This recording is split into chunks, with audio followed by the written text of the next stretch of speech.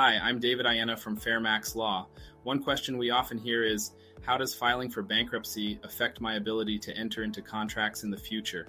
Whether it's a lease, a loan, or a business agreement, bankruptcy can have an impact.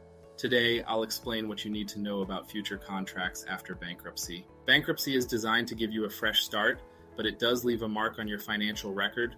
While it doesn't outright prevent you from entering into future contracts, it can influence how businesses and lenders perceive you.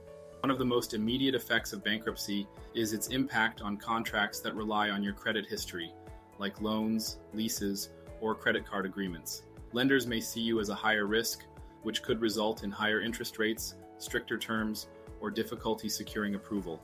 For employment contracts, especially those involving sensitive financial roles, employers may review your bankruptcy filing. However, federal law prohibits discrimination based on bankruptcy status, meaning you can't be denied a job solely because you filed for bankruptcy. If you're a business owner or entering into partnerships, bankruptcy can be a red flag for potential collaborators or investors. Transparency and a clear plan for financial recovery can help rebuild trust in these situations. The good news is that the effects of bankruptcy diminish over time, especially if you take steps to rebuild your credit. Paying bills on time, using credit responsibly, and maintaining transparency with potential contract partners can improve your financial credibility. At Fairmax Law, we're here to help you navigate life after bankruptcy and prepare for your financial future.